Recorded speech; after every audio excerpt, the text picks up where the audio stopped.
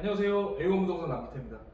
예, 보시면 첫 건축기사 CBT 시험을 보고 왔습니다. 이렇게 되어 있는데 제가 본 시험이 건축기사 첫 회였습니다. 이번에 건축기사 CBT 컴퓨터로 보는.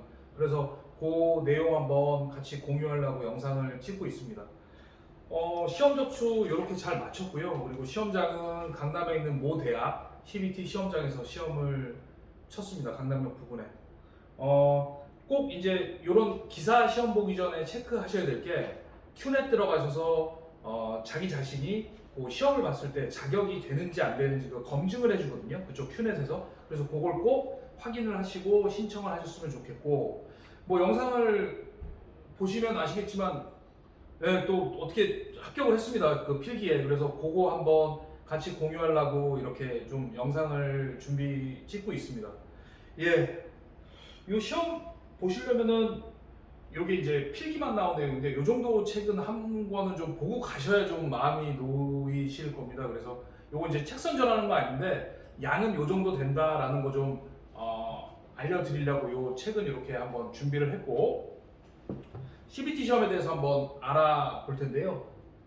CBT 시험 같은 경우는 컴퓨터를 이제 베이스로 하는 시험입니다. 그래서 이게 장점은 밀려 쓸 일이 없습니다. 그리고 두 번째는 답을 달지 않은 문제도 파악이 쉬워요. 왜냐하면 자기가 답을 몇 개를 체크를 했는지 혹은 어떤 걸 안 적었는지가 명확하게 나오기 때문에 화면에 그런 부분에 대해서 괜찮고, 그리고 문제의 확대 축소가 돼서 좀 이제 눈이 안 좋으신 분들 같은 경우에는 잘 안 보이실 수가 있는데 200%까지 확대가 되기 때문에 문제 기본 크기에서. 그래서 눈이 좀 안 좋으신 분들은 위에 화면에서 클릭을 하시면 200% 2배까지 확대가 됩니다. 그래서 그 부분은 좀 장점이고, 그리고 4번 같은 경우에는 칸막이가 있어가지고 시험 집중력은 저 같은 경우에는 조금 올라가더라고요. 좀 좁긴 좁아요, 좌석이. 근데 그럼에도 불구하고 좀 칸칸이 좀 나눠져 있으니 시험에만 집중할 수 있는 환경은 나쁘지 않았던 것 같습니다.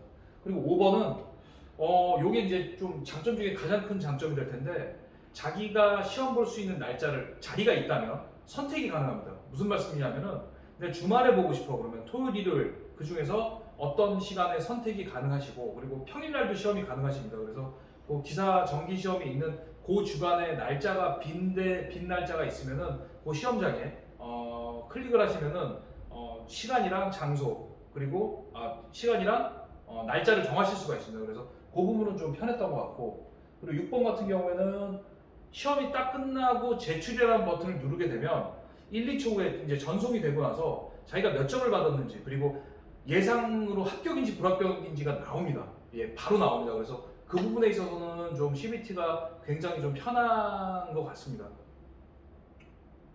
건축기사에 대해서 좀 보시게 되면은 요 필기 과목입니다. 필기 과목은 총 5개의 과목으로 되어 있습니다. 그리고 총 문제는 100문제입니다. 그 중에서 60점 이상 맞으셔야 되는데 쉽게 말씀드리면은 각 과목당 12문제 이상씩을 맞추셔야 됩니다. 예, 그래야지 합격선에 드시고, 처음 거 보시게 되면은 건축 계획에 있어서는 교실, 쇼핑몰 등의 이제 건축의 역사 이런 부분들이 나오고, 그다음에 건축 시공 같은 경우에는 철근 콘크리트, 그리고 철골 공사, 조정 및 미장 이런 부분들이 20문항에 출제가 됩니다. 그리고 제가 제일 이게 힘들었던 과목인데 건축 구조, 여기서는 일반 구조, 철근 콘크리트 구조, 구조 역학 이런 부분들이 나오는데 이건 다시 한번 설명을 드릴게요. 그리고 4번 같은 경우에는 건축 설비, 여기는 냉방 설비, 뭐 위생 설비, 그리고 전기 설비 뭐 이런 부분들이 20문항이 나오고, 5번 건축 법규 같은 경우에는 공법입니다. 공법 좀 공부하신 분들 같은 경우에는 그 공법 중에서 특히 건축물에 대한 거, 그리고 주차장에 대한 거, 이 부분이 집중적으로 일적과 뭐 건축물의 높이 이런 부분이 집중적으로 나오니까 한번 보신 분들은 크게 어렵지는 않으시리라고 봅니다. 이 중에서도 이 3번 같은 경우가 저한테는 가장 큰 문제였는데, 수학을 고등학교 때 이후로 해본 적이 없습니다. 뭐 문과나 이제 이게 이 공대나 이쪽 아니신 분들은 수학을 할 일이 없지 않습니까? 이 수학을. 네, 그래서 이 부분에 대해서 좀 난관이었는데, 이 부분은 요 20문제 중에서 건축 구조에서 12문제 이상이 이 계산 문제가 나옵니다.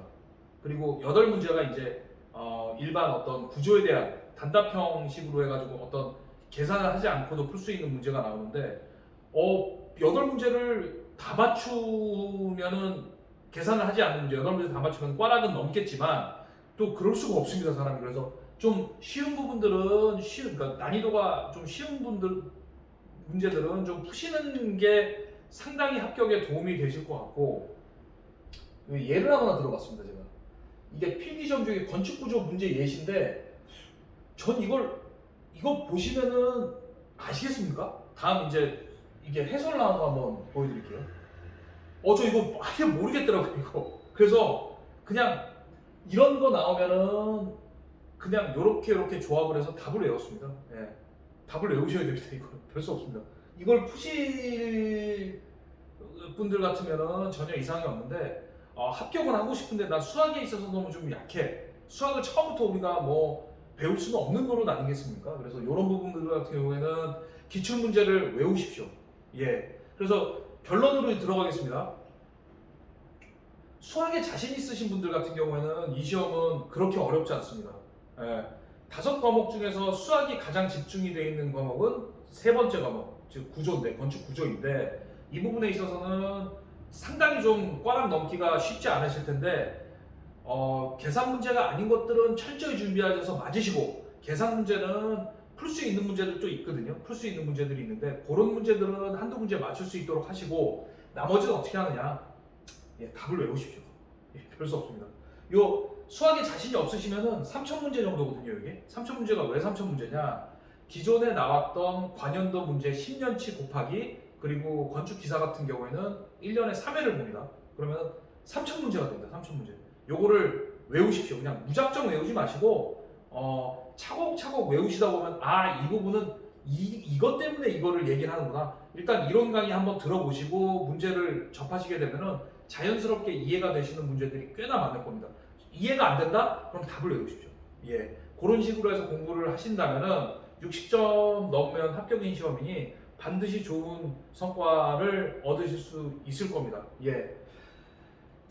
지금까지 이제 건축 기사에 대해서 좀 알아봤는데요. 저 같은 경우에는 이제 중개사를 하면서 좀 우리 구조와 뭐 부동산은 토지의 정착물이라는 얘기를 많이 하지 않습니까? 근데 그 정착물을 좀 알고 싶더라고요. 그래서 이 시험에 좀 도전하게 됐고, 그리고 11월에 필기 시험을 합격하신 분들은 실기가 있습니다. 이 실기 같은 경우에는 필기를 보고 나서 2년 동안 유예가 되니 총 7번 정도의 시험 기회가 저한테 있더라고요. 그래서 그럼에도 불구하고 좀 빨리 준비를 해서 11월에 시험을 쳐서 좀 좋은 성적을 합격을 좀 하려고 지금 준비 중에 있고, 구독과 좋아요를 눌러주시면은 저도 열심히 또 준비해서 11월에 시험 마치고 합격 요령에 있어서 좀 같이 좀 그 영상을 나누는 시간이 됐으면 좋겠습니다. 예, 구독과 좋아요 꼭 한번 눌러주시고, 그리고 궁금한 점 있으시면 언제든지 저희 그 게시판에 댓글 남겨주시면은 제가 아는 범위 내에서는 다 설명을 좀 드릴 수 있도록 하겠습니다. 감사합니다.